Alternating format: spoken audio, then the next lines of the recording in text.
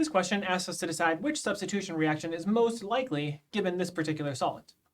This solvent has oxygen, so it's a polar solvent, but it does not have any hydrogens capable of hydrogen bonding. Therefore, it is a polar aprotic solvent. As a polar aprotic solvent, it cannot solvate nucleophiles. Because it can't solvate nucleophiles, it actually makes a nucleophile a stronger nucleophile. Because it's a stronger nucleophile, SN2 will be the more likely reaction that will occur. So for a polar aprotic solvent, the most likely substitution reaction that will occur is an SN2. I do want to say here that this doesn't mean that when we use this solvent, we will always do an SN2 reaction.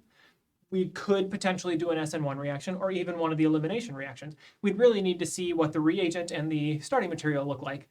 What I really want to say here is you can't diagnose a reaction solely based on the solvent. We can just get some evidence for particular reactions based on the solvent.